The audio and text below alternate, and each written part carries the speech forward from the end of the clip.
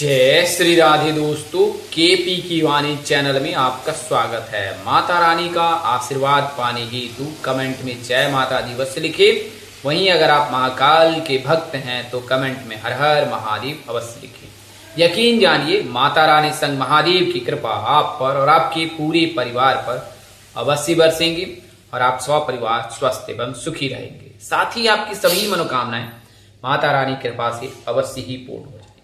दोस्तों, आज की वीडियो में आपको मकर राशि के जातकों के साल 2026 में और साल 2027 में कब, कैसे, कहां, किस प्रकार से विवाह के योग बन रहे हैं उसकी जानकारी दूंगा। और इसके अलावा मकर राशि के जातकों की प्राथमिक जानकारी भी दूंगा। मकर राशि के जातकों के लिए शुभ दिन कौन सा होता है, शुभ रंग कौन सा होता है, शुभ रत्न कौन सा होता है। इसके अलावा इनके जो राशि स्वामी है कौन है और किन देवताओं की पूजा करने से जो है आपको स्वतः ही और शीघ्र ही आपको मनोकामना जो है आपकी वो पूर्ण जाती है, तो इसके बारे में विस्तार से जानेंगे। आइए सबसे पहले मैं आपको मकर राशि के जातकों के प्राथमिक जानकारी देता हूं। तो मकर राशि के जो भी जातक होते हैं उनका नाम अक्षर जे से होता है, यानी कि जौ से, KH ख से, जौ और ख। जो मकर राशि के जातकों का नाम अक्षर जे और ख से होता है, यानी कि जौ और ख से। तो मकर राशि के जो जातक होते हैं जे नाम के होते हैं, इनके राशि स्वामी न्याय के देवता, कर्म फलदाता, मोक्ष प्रदाता और मन मुताबिक जो जीव आप जिस प्रकार की जो है मनोकामना की पूर्ति के लिए जो है भगवान की आराधना करते हैं वो सभी प्रदान करने वाले न्याय के देवता शनिदेव हैं। तो आपके जो राशि स्वामी हैं वो शनिदेव हैं। आपके आराध्य देवों के देव महादेव हैं, जो सृष्टि के रचयिता है, जो भोले भंडारी हैं, देवाधीव है, देवाधि देव कहे जाते हैं। यानी कि आपके जो आराध्य हैं वो भगवान शिव हैं। आप भगवान शिव के शरणागत रहें, उनके चरण में अपनी शरण बनाए रखें, तो आपको जीवन में सभी प्रकार की सफलता अवश्य प्राप्त होगी। पृथ्वी लोक पर अगर स्वर्ग समान सुख प्राप्त करना चाहते हैं तो आप भगवान शिव की पूजा करें। यकीनन आपको सभी प्रकार की भौतिक सुखों की प्राप्ति होगी। और इसका सबसे उत्तम लाभ यह मिलता है कि जो न्याय के देवता शनिदेव हैं उनके आराध्य भी भगवान शिव हैं। तो जब आप भगवान शिव की पूजा करते हैं तो शनिदेव बहुत प्रसन्न होते हैं। शनिदेव हो, शुक्रदेव हो, राहु केतु हो, सभी जो है वो बेहद प्रसन्न होते हैं। तो आप शनिदेव की कृपा पाने के लिए भगवान शिव की पूजा करें। इसके अलावा आप अपने घर में माता पिता की सेवा अवश्य करें। भगवान की पूजा के साथ जो है अपने घर में माता पिता की सेवा, अपने कुल के देवी देवता की पूजा भी अवश्य करें। यकीनन आप देवी देवताओं की पूजा करें, परंतु आप अपने माता पिता की भी सेवा करें। इससे आपको जीवन में यश, कीर्ति, पद, प्रतिष्ठा, मान सम्मान सभी क्षेत्रों में जो है आपको आमचूल लाभ मिलेगा या सफलता मिलेगी। तो मकर राशि के जो भी जातक हैं वो भगवान शिव की पूजा करें, शनिदेव की पूजा करें। शनिवार का दिन इनके लिए उत्तम होता है। इनके लिए शुभ रंग जो है वो आसमानी नीला है।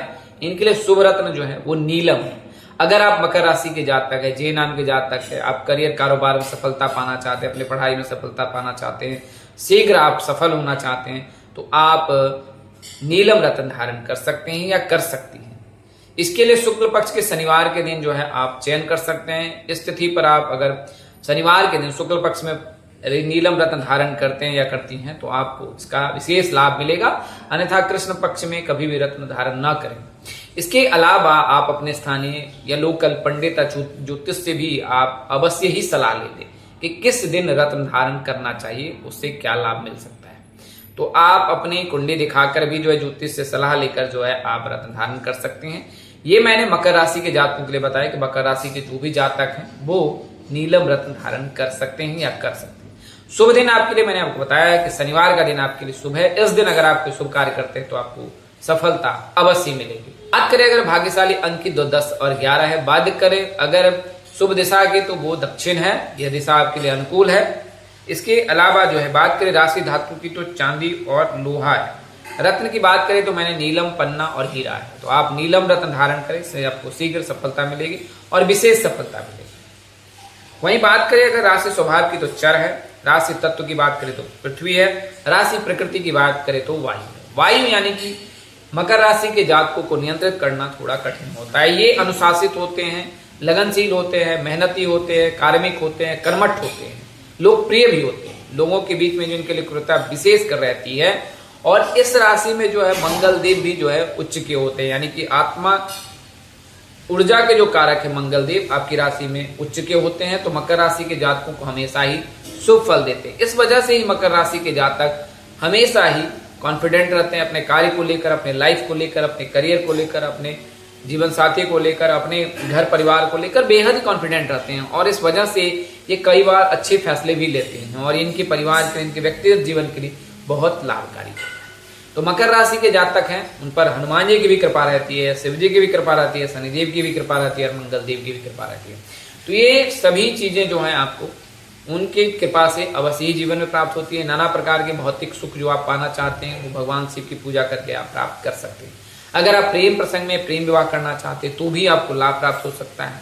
इसका एक सरल उपाय है, आप सोमवार और शनिवार के दिन जो है स्नान ध्यान करने के पश्चात जो है सफेद वस्त्र धारण कर लें, श्वेत वस्त्र धारण कर लें और गाय के दूध में काले तिल और एक त्रिपत्री बेल पत्र जो है उसमें मिलाकर जो है आप भगवान शिव का अभिषेक करें और इस समय ओम क्लीम कृष्णाय नमः मंत्र का आप उच्चारण करें, आपको अवश्य लाभ प्राप्त होगा। आप अपने कमरे में राधा कृष्ण की तस्वीर लगाएं, इससे भी आपको लाभ प्राप्त होगा।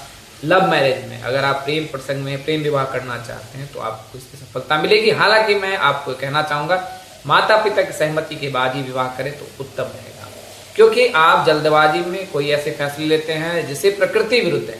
यानी कि अगर ईश्वर प्रदत्त नहीं है और आप बिना कुंडली मिलान कराए ही प्रेम प्रसंग में प्रेम विवाह करने के इच्छुक कर लेते हैं तो ऐसा हो सकता है कि विवाह के बाद आपका जो रिश्ता है वो उतना मधुर न रहे और किसी कारणवश जो है वियोग का भी खतरा रहता है। तो आपको मैं सलाह दूंगा माता पिता की सहमति ले, माता पिता से सहमति लेकर जो है आप कुंडली मिलान कराएं और जब सभी ग्रह नक्षत्र आपके लिए शुभ योग बना दें फिर आप पर नक्षत्र बना दें। तो दोस्तों अगर आपको अपने विवाह की कुंडली बनवाना है केपी की वाणी से संपर्क कर तो आप संपर्क कर सकते हैं। हम लोग ए से लेकर जेड तक पूरी जानकारी देते हैं कि आपकी शादी कब होगी, कहाँ होगी, कैसे होगी, किससे होगी, किस दिशा में होगी, कितनी दूरी पर होगी, किस नाम से होगी, किस राशि से करनी चाहिए, जीवन साथी का रंग रूप स्वरूप स्वभाव और उनका करियर कैसा होगा, आपका करियर कैसा होगा। अगर आप प्रेम प्रसंग में तो क्या प्रेम विवाह के योग हैं, कितनी संतान होंगे, कुंडली में किस प्रकार के दोष हैं, कुंडली में कौन सी महादशा चल रही, किस नक्षत्र में आपका जन्म हुआ, कितनी संतान होंगे। तो इस सभी प्रकार की जो जानकारी के लिए आप संपर्क कर सकते हैं। हमारा संपर्क नंबर स्क्रीन पर दिए गए हैं, आप वहां पर नोट कर सकते हैं 8521835670। मामूली शुल्क पर आपको जो है कुंडली बनाकर पूरी जानकारी दी जाएगी। आप पीडीएफ या मौखिक किसी भी माध्यम का चयन कर अपनी जानकारी प्राप्त कर सकते हैं। तो आप संपर्क कर सकते हैं। अगर आप अपने बच्चे की जन्म कुंडली बनवाना चाहते हैं, अपना भविष्य जानना चाहते हैं या आप दूसरे विभाग के इच्छुक है या फिर आप जो है कुंडली मिलान कराना चाहते हैं तो भी आप संपर्क कर सकते हैं। हम लोग सभी प्रकार की जो है सारी जानकारी आपको मामूली शुल्क यानी कि मेहनताना पर जो है अवश्य ही देने की कोशिश करेंगे। तो आप संपर्क कर सकते हैं। आइए अब मैं आपको ग्रह स्थिति बताता हूँ। ग्रह स्थिति किस प्रकार से रहने वाली है, मकर राशि के जातकों के लिए किस प्रकार से साल 2026 में विवाह के योग है और साल 2027 में विवाह के योग। तो साल 2026 में 2 जून को जो है देवगुरु बृहस्पति कर्क राशि में आएंगे और जब कर्क राशि में गोचर करेंगे तो मकर राशि के जातक के विवाह भाव को देखेंगे और इस भाव में जब देवगुरु बृहस्पति रहती है, बृहस्पति आते हैं या उस पर उनकी दृष्टि रहती है तो उस दौरान जातक के विवाह के योग बनते हैं। तो साल 2025 में जो है तो साल 2026 में जो है 5 महीना जो है वो आपके लिए उत्तम रहने वाला है और ये महीने हैं जो जून जुलाई फिर अगस्त सितंबर अक्टूबर। इसके बाद जो है अक्टूबर में देवगुरु बृहस्पति कर्क राशि से निकलकर सिंह राशि में आएंगे और फिर 25 जून को जो है अगले साल यानी कि 2027 में पुनः कर्क राशि में। तो साल 2026 में जो है जून और जुलाई का महीना आपके लिए बहुत ही उत्तम है। इसके बाद जो है फिर नवंबर और दिसंबर का महीना भी आपके लिए अनुकूल है। हालांकि 5 दिसंबर को जो है मकर राशि में जो है राहु का भी गोचर होगा तो फिर वहां से भी जो है आपके जीवन में परिवर्तन हो सकता है। यह परिवर्तन शुभकारी भी हो सकता है या फिर आपके लिए कष्टकारी भी हो सकता है या थोड़ा आपको इंतजार करना भी पड़ सकता है। राहु आपकी परीक्षा ले सकता है अगर आप मकर राशि के जातक हैं। तो कर्क राशि में जब देवगुरु बृहस्पति गोचर करेंगे तो उस समय आपके लिए योग बनेगा अगर आप कर्क राशि के जातक हैं। वहीं जब सुखों के कारक शुक्रदेव जो है कर्क राशि में आएंगे या 8 जून को आ रहे हैं और 4 जुलाई तक रहे तो इस दौरान भी आपके लिए शुभ योग बनेगा और उस समय से जो है आपके लिए 4 जुलाई तक उत्तम समय रहेगा। तो जून का महीना, जुलाई का महीना, इसके अलावा नवंबर का महीना, दिसंबर का महीना, ये 4 महीने मकर राशि के जातकों के लिए बहुत ही उत्तम। में, साल 2026 में विवाह के परिप्रेक्ष्य से। और इसके पश्चात साल 2027 में, जैसा कि मैंने आपको अन्य वीडियो में बताया, साल 2027 में 25 जनवरी से लेकर 25 जून तक जो है ये कर्क राशि में रहेंगे। और इस दौरान भी मकर राशि के जातक के विवाह के योग बनेंगे, क्योंकि इस दौरान जो है पुनः जो है देवगुरु बृहस्पति आपके विवाह भाव को देखेंगे, उस पर जो है उनकी दृष्टि रहेगी, उस भाव में विराजमान रहेंगे। और जब देवगुरु बृहस्पति विवाह भाव में रहते हैं तो शीघ्र विवाह के योग बनाते हैं। तो साल 2026 में जो है गुरु के कर्क राशि में गोचर में, और 27 में भी गुरु के कर्क राशि में गोचर करने से आपके लिए विवाह के योग बनेंगे। अब बात करते हैं दिशा की, तो अगर आप मकर राशि के जातक हैं तो पश्चिम का दिशा आपके लिए अनुकूल है। इसके अलावा दक्षिण का दिशा भी आपके लिए विवाह के योग बना रहा है। तो दो दिशा जो है दक्षिण और पश्चिम, इन दिशाओं में आपके विवाह के योग बन रहे हैं अगर आप मकर राशि के जातक हैं। बात करें अगर नाम अक्षर की, तो मकर राशि के जातक के RASG नाम के जातक के साथ विवाह के योग बनते हैं। इसके अलावा अन्य नामों से भी योग बन सकते हैं। हालांकि प्राथमिक जानकारी के आधार पर जो साल 2026-2027 में इसमें जो है R नाम के जातक, A नाम के जातक, S नाम के जातक, G नाम के जो जातक हो सकते हैं उनके साथ इनके परिणय सूत्र में बनने के योग है। इसके अलावा आप जो है मीन राशि के जातक के साथ भी परिणय सूत्र में बन सकते हैं, इनके साथ भी कंपेटेबिलिटी अच्छी बनती है आपकी। तो आप वृषभ राशि के जातक के साथ भी परिणय सूत्र में बन सकते हैं, इनके साथ भी आपकी कंपेटेबिलिटी अच्छी बनती है। तो मकर राशि के जातक के लिए ये जो राशियां हैं विवाह के लिए योग्य मानी जाती है। इन राशि के जातक के साथ आप परिणय सूत्र में बन सकते हैं। बात करें लव मैरिज की, तो अगर आप प्रेम प्रसंग में हैं तो आपकी प्रेम विवाह के योग भी हैं, लेकिन जैसा मैंने बताया माता पिता की सहमति से यह करें तो उत्तम होगा। बात करें जीवन साथी किस प्रकार का होगा, तो कदकाठी उसका सामान्य होगा, गेहूं रंग का हो सकता है, वो बहुत ही आकर्षक व्यक्ति होगा, मधुरभाषी भी होगा। इसके अलावा उनमें विशेष प्रकार की प्रतिभा भी होगी, आत्मविश्वास से वो लवरेज रहेगा, हमेशा पॉजिटिव रह सकता है। इसके अलावा उनमें एनर्जेटिक जो है एनर्जी हो विशेष प्रकार की देखने को मिलेगी, और ये जो है पॉजिटिव वे में रहेगा। इससे जो है आपके जीवन में मधुरता और निकटता उनके साथ बनी रहेगी।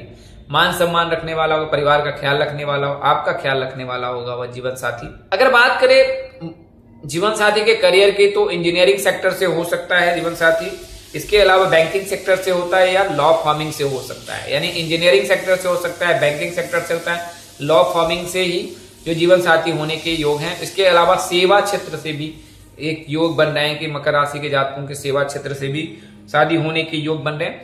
वहीं अगर वह व्यापार करता होगा तो लोहे का होगा, कंस्ट्रक्शन का कार्य होगा। इसके अलावा प्रॉपर्टी से संबंधित भी वह कार्य करने वाला होगा अगर आप मकर राशि के जातक हैं। तो साल 2026 में जून से लेकर दिसंबर तक, और साल 2027 में जनवरी से लेकर जून तक जो है मकर राशि के जातकों के लिए विवाह के प्रबल योग। तो दोस्तों इस वीडियो के माध्यम से मैंने आपको मकर राशि के जातकों के साल 2026 में और साल 2027 में किस प्रकार से विवाह के योग है इसकी जानकारी दी है। अगर जानकारी देने में अपने अनुज यानी मुझसे कोई गलती या त्रुटि रह जाती है तो कृपया मुझे क्षमा कर दीजिएगा। मेरी कोशिश आपको सत्य और सही जानकारी देने की रहती है। आज के लिए इतना ही, अगले वीडियो में फिर मिलेंगे, तब तक के लिए मुझे इजाजत दें। आप जहां रहें मस्त रहें, स्वस्थ रहें, व्यस्त रहें, माता रानी की असीम कृपा पर बरसती रहे। परम पिता परमेश्वर आपको सद्बुद्धि, सत्मार्ग और आगे बढ़ने की शक्ति दे। नमस्कार, जय श्री दोस्तों, जय श्री कृष्णा, जय माता दी, जय वाहिगुरु, हर हर महादेव।